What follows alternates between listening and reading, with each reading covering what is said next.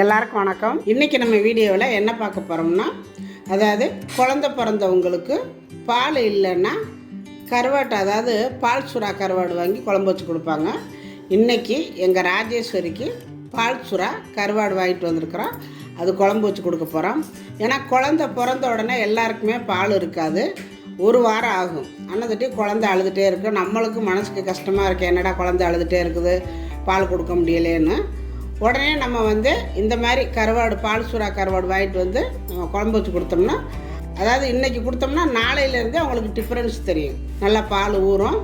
அதனால் இன்றைக்கி எங்கள் ராஜேஸ்வரிக்கு பால் சுறா கருவாடு வாங்கிட்டு அது எப்படி குழம்பு வச்சு எப்படி கொடுக்கணும் அப்படிங்கிறத இன்றைக்கி நம்ம வீடியோவில் பார்க்க போகிறோம். வாங்க பால் சுறா கருவாட்டு குழம்பு எப்படி வைக்கிறதுன்னு பார்க்கலாம். அதுக்கு 1/4 கிலோ பால் சுறா கருவாடு வாங்கிட்டு வந்திருக்கிறோம். அதை ஃபஸ்ட்டு தண்ணிக்குள்ள ஊற வச்சுக்கணும். அதில் இருந்த உப்பெல்லாம் போகிறதுக்கு. குழந்தை பிறந்தா தாய்மார்களுக்கெல்லாம் நம்ம கருவாட்டு குழம்பு இருந்தாலும் சரி, நீங்கள் என்ன குழம்பு வச்சாலும் சரி, மருந்து குழம்பு வச்சாலும் சரி, நல்லெண்ணெய் சேர்த்து குழம்பு வைங்க. அதுதான் அவங்களுக்கு உடம்புக்கு ரொம்ப நல்லது. அதனால் இன்றைக்கி நான் நல்லெண்ணெய் தான் ஊற்றி கருவாட்டு குழம்பு வைக்க போகிறேன். அதுக்கு இப்போ கொஞ்சம் போல் நல்லெண்ணெய் விட்டுக்கலாம். சோம்பு, கொஞ்சம் போல் வெந்தயம், கருவேப்பிலை. 1/4 கிலோ பால் சுறா கருவாட்டுக்கு 50 கிராம் அளவுக்கு பூண்டு உரிச்சு வச்சுருக்கிறேன்.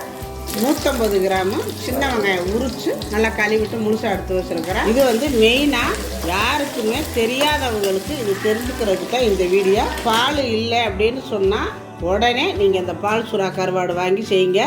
இன்னொன்று இது பாருங்கள், பின்னாடி எல்லாம் கருப்பாக இருக்குது.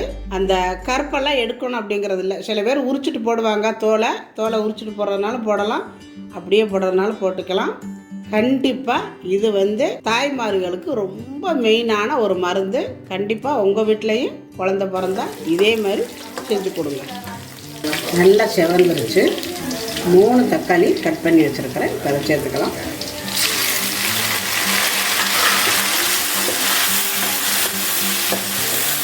கருவாட்டில் உப்பு இருக்கும், அதனால் நான் கம்மியாக தான் போடுறேன் தக்காளி வதங்கிறதுக்கு.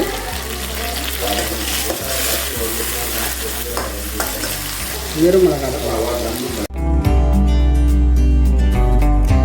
கொஞ்சம் போல் மஞ்சள்தூள், 1 ஸ்பூனு மல்லித்தூள்,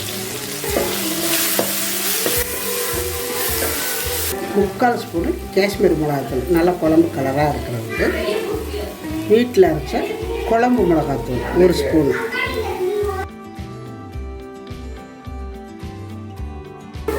கொஞ்சம் போல் புளித்தண்ணி.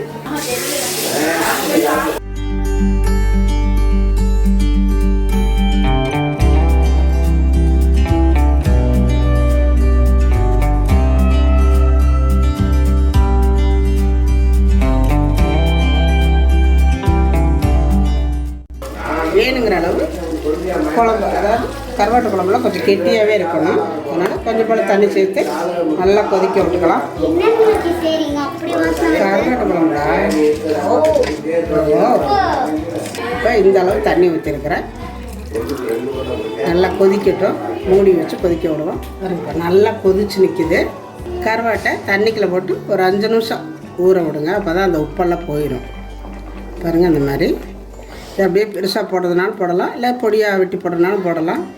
நான் இது 2ஆக வெட்டி போட போகிறேன். இந்த சைஸ் இருக்கணும், அப்போ தான் நல்லாயிருக்கும். இப்போ இதை போட்டுக்கலாம்.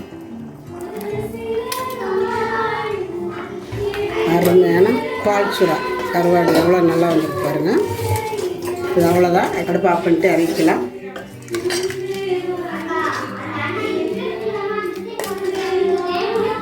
கருவாடு போட்டு ஒரு 3 நிமிஷம் கொதிச்சா போதும். ஏன்னா குழம்பு நல்லா கொதிச்சிருச்சு. 3 நிமிஷம் கொதிச்சா போதும். கொதிக்கட்டும். அடுப்பை குறைச்சி வச்சுட்டேன். பாருங்கள், நல்லா கொதித்து எண்ணெயெல்லாம் பிரிஞ்சு வந்து இந்த மாதிரி கெட்டியாக இருக்கணும் கருவாட்டு குழம்புலாம். தண்ணியாக இருந்தால் நல்லா இருக்காது. இப்போ கருவாட்டு குழம்பு ரெடி ஆயிடுச்சு. ரொம்ப அருமையாக நல்ல வாசமாக நல்லா வந்திருக்குது.